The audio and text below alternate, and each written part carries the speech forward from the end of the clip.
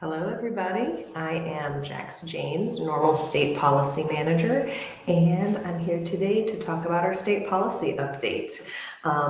You may have noticed I wasn't here last Friday. I had mentioned in the previous week that the team and I would be in Aspen, and it was really great. So for those of you who may or may not know, there are legal seminars that NORML puts together where you can get continuing legal educational credits if you are a lawyer, or you can just come and learn if you want to learn. And we hold one in Aspen, which was last week, and we'll be holding one in Key West in the beginning of December. So if you are a lawyer who wants to get your CLE credits before the end of the year, make sure you stay tuned to more information about our upcoming Key West legal seminar. So that's where we all were last week.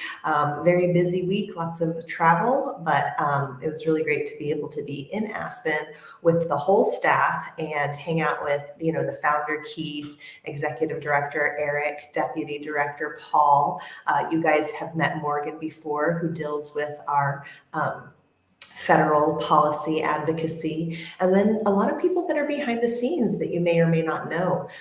Like we have Cassidy and Jake and Laura, who help us with all of our website back-end needs, internship management. So I just wanted to give a shout out to the team because it was really great for all of us to be together. So let's get back to business. I know you guys are here because you are interested in what is going on across the country. So the way I like to normally do it is you guys comment where you're from in the comments, and I'll circle back and try to see if there's any updates that are additional that I can offer you that I may not have already covered. So for those of you watching today, the first link is a link to the blog post update today, and that is where you'll find all of the action alert links, blog post links, news links, all kinds of in-depth information there. So I encourage you to click there if you want to follow along with what we're doing.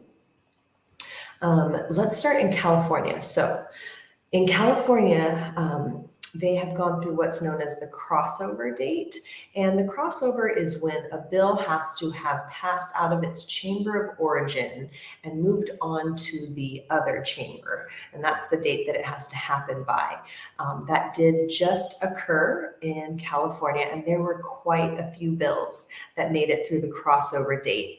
One that I really want to highlight in particular is an employment right for cannabis users bill. It's called AB 2188. It was passed by the California Assembly and now heads to the Senate floor. However, you guys, this bill is facing opposition from the California Chamber of Commerce. So I think it's really important that everybody knows about this and takes action on that California Employment Rights Legislation 2188. Now, you'll also see a blog post link there with a link to a longer list of the bills that have advanced. For example, there's bills that have to do with chronic pain patients, how to treat parents' use of cannabis, implementation for terminally ill patients, taxation legislation, expungement and resentencing, as well as legislation that we oppose that has to do with badly designed label warnings. So quite a few things happening in California. So definitely encourage all of y'all to read that blog that I posted yesterday and get up to speed. Of course, Ellen with California NORML has a quote there. She and her team are doing really great work out there. So shout out to Ellen. All right, let's talk about Colorado. We've got Senate Bill 99, and that basically streamlines the existing automatic record sealing process for marijuana offenders and extends it to all offenses, including civil infractions. This bill also provides employment and tenant protections for those that have a sealed criminal record. And the update here is that SB 99 not only has passed both chambers, but it has been signed into law by the governor of Colorado. So great news there. If you guys are watching from Delaware, what a roller coaster ride it's been in Delaware, you guys. It's really been both encouraging and difficult to watch what's happening in Delaware. Delaware NORML and the coalition that they're working with, Laura and Zoe, they just do such great work. And the current law in Delaware allows the possession of up to 1 ounce of marijuana to be a civil penalty. It's punishable by a $100 fine, but no threat of jail. So there was at first a full legalization bill that made it through most of the hurdles, but unfortunately died. So the author came back with 2 bills that were working to complement each other. HB 371, which would depenalize possession of up to 1 ounce of marijuana for adults, and then 372, which would have made an infrastructure for a regulated market, non-medical market in the state of Delaware. So House Bill 371, which is the bill that removes all criminal penalties for possession of up to 1 ounce. Possession over that limit, though, would still be a misdemeanor. And it would allow for adults to transfer cannabis among themselves within those possession limits without remuneration. This bill was passed by supermajorities in the Delaware House and the Delaware Senate. However, Governor Carney vetoed this important legislation, and he is the first Democratic governor to ever take such an action on cannabis policy. However, our friends in Delaware, they did not give up, and they worked with legislators for a motion to overturn the governor's veto. Now, for some context here, there hadn't been a veto overturned since like the 70s in Delaware, but commendations for the author and for advocates, not leaving anything on the table and continuing to work on this. But this motion to overturn Governor Carney's veto was declined by the Delaware House, unfortunately. So it was a vote of 20 yes, 20 no, and 1 non-voting. And they needed to have 25 to overturn that veto. Laura, who is the executive director of Delaware NORML, I wanted to share with you guys some of her thoughts. And what she says is, I feel exasperated that lawmakers have failed to enact this common sense policy reform. While we, the people, are committed to ending prohibition in Delaware, it is clear that our process and some of our lawmakers are not up to the task. We've seen too many near misses for legalization in Delaware, and this has been nothing short of justice denied. Now, Delaware is an interesting state because they are really pigeonholed with having to go through the legislative process. And so I encourage anyone in Delaware to reach out to Delaware NORML and the coalition partners up there and make sure that you are engaged and taking actions in the interim to foment more support for the next legislative session. So my heart goes out to you, Delaware. Sorry. I'm so sorry. You guys tried so hard. All right, let's talk about Illinois. So Illinois law previously required that individuals petitioning for either expungement or sealing of their criminal records had to pass a drug test 30 days before filing their petition. So House Bill 4392 removed that drug testing requirement. HB 4392 passed both the Illinois House and the Senate, and it has now been enacted into law. While it was not signed by the governor, it was basically ignored into law. Governors typically have 3 options. They can sign a bill into law, they can choose to veto a bill, or they can choose to ignore it, and it will become law by the date that is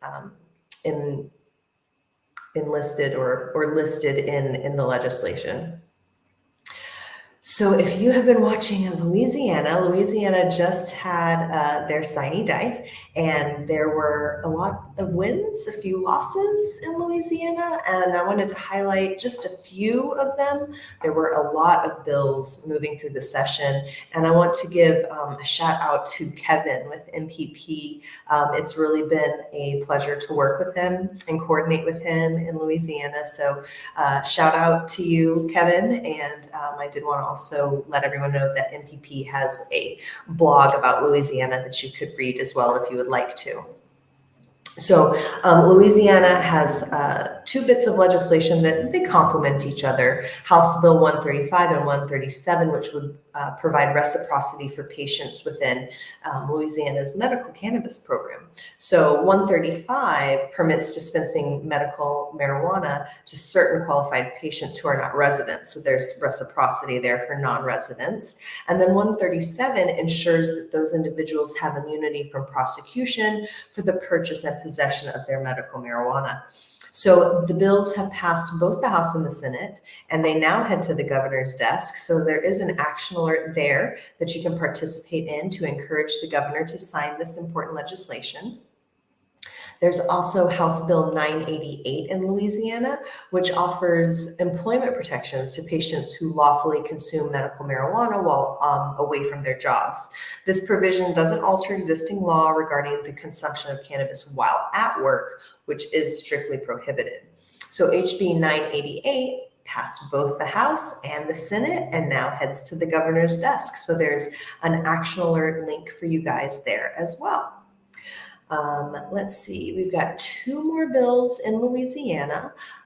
There is House Bill 629, and this prohibits law enforcement from conducting a search of a person's residence based on just the odor of marijuana without first obtaining a warrant. And this is another bill that passed both chambers and now sits before the governor and is on the governor's desk. And then there's House Bill 190, and this authorizes nurse practitioners with prescriptive authority to recommend medical marijuana to patients. And this is another bill that has passed both the chambers and now sits on the governor's desk. So I encourage each of you that live in Louisiana to go to our blog today and participate in these action alerts to encourage the governor to sign this important legislation. I've got two more states that I want to go over, and then I'm going to come back to the comments and check out where you guys are watching from and go over where and how you can be engaged in your state. So we're going to talk about New York and North Carolina before we go to that. So in New York, SB 8837, so a Senate bill, redefines how medical marijuana is classified so that it can qualify for insurance coverage. This bill has passed the passed the Senate and now heads to the House. Now, New York has the end of their session coming up quickly. So it is important if you live in New York that you participate in these action alerts, and hopefully we can make it across the finish line before sine die. If you're not familiar with the term sine die, that basically means the last day of the legislative session. In North Carolina, first of all, there's new polling out of North Carolina, and it shows that 82% of North Carolinians believe that marijuana should be legalized in the state for medical purposes, and this includes 75% of Republican voters. So legislation is currently pending that would regulate medical cannabis for those in North Carolina, and this is Senate Bill 711. It's supported by both Republicans and Democrats, and it would allow qualifying patients with a physician's recommendation to access a 30-day supply of cannabis at a time via licensed retail outlets.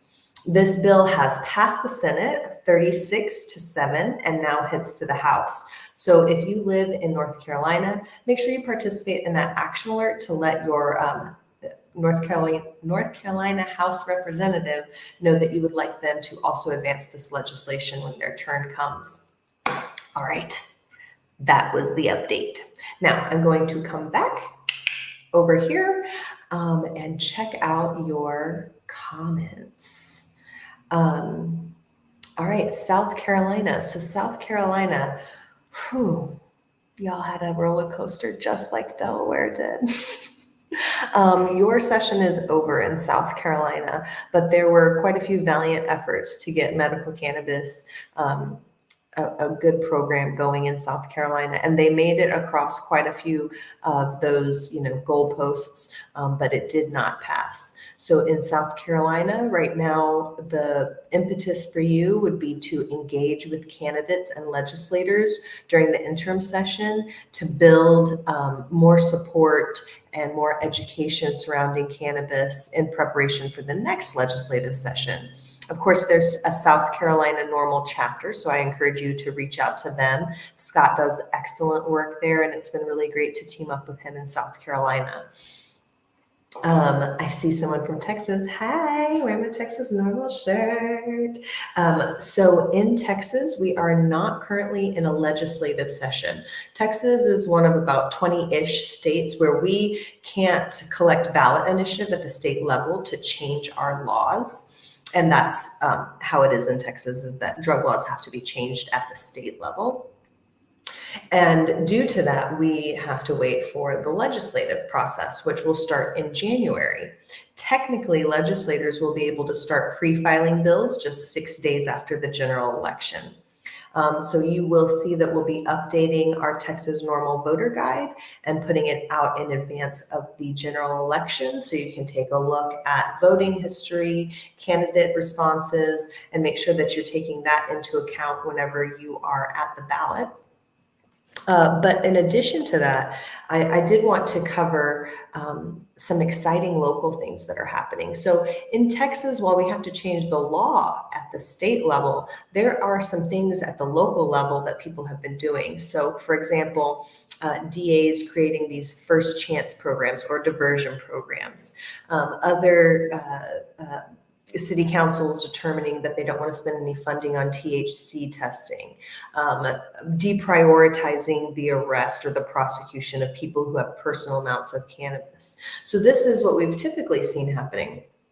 Well, what has occurred is that in Texas, there's about 250 cities that are called home rule cities, and they have a little bit more leniency in what they're allowed to do with their laws. So I mentioned previously that, marijuana prohibition has to be changed at the state level, but these home cities have a little bit of discretion. And so you probably have read our recent blog about in Austin, Prop A passed, which basically depenalizes the possession of a personal amount of cannabis flower. There are efforts to advance this type of initiative in other cities, such as Denton, San Marcos, Elgin, Harker Heights, Killeen. I think they're talking about El Paso. So quite a few efforts going on there. So if you're in Texas and you live in one of those cities, I extremely recommend that you look into Ground Game Texas. We are coordinating with them and amplifying their efforts where we can, but they are spearheading this home rule city effort. So for those in Texas, that's what's going on. Florida. Now, I want to say Florida is not currently in session. Yes, your session ended earlier this year. Now, for those of you that are not in a legislative cycle right now, the federal efforts are still afoot. So you can go to norml.org/act, and on that page, you'll be able to participate in all of the different action alerts that we have at the federal level. So there are still things that you can do in the interim, whether it be at the local level working with candidates and incumbents, or at the federal level continuing to push this conversation. Let's see, Mississippi. I think Mississippi is also in their interim part of their cycle, but let me double check. Yes, you guys are in the middle of your interim, so nothing happening in Mississippi right now. Pennsylvania, okay, Pennsylvania, there's quite a few things happening in Pennsylvania right now. Let me get to that. So for anyone who's watching right now, you can go to norml.org/act, and right underneath those federal actions that I was talking about, you'll see a map. And that's a dynamic map. You can take your cursor, you can hover over your state, and it'll show you how many bills are active if there are any.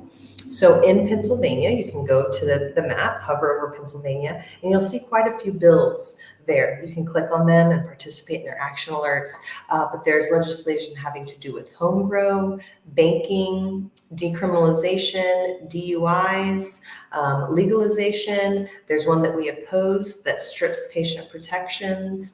So definitely make sure that you go and participate there in Pennsylvania.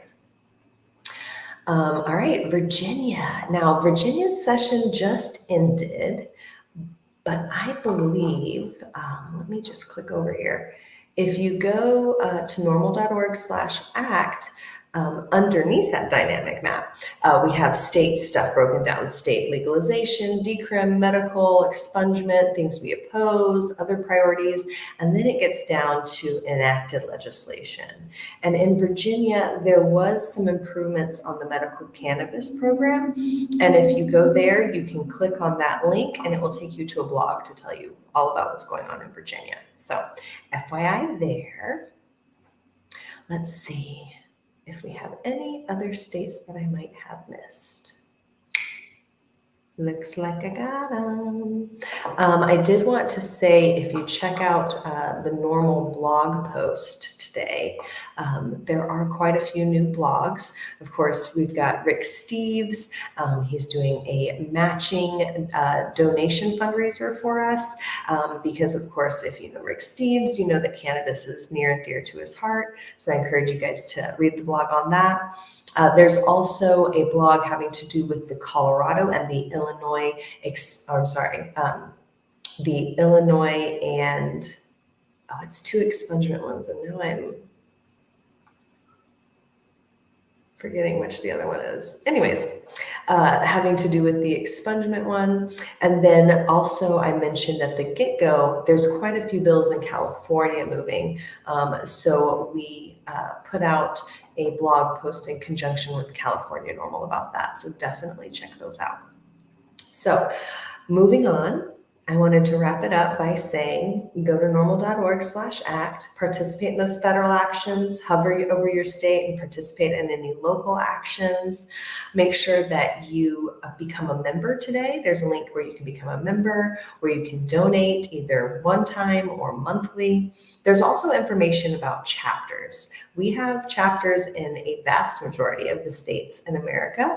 And so you can check out our chapters list and see if there's one near you and find out what they're doing to help advance marijuana law reform in your state. So a few little helpful links for you guys. Until I see you next time, I will be back next Friday. I did want to let everybody know that a lot of the state's legislative cycles are kind of ending or coming towards the end of their cycle.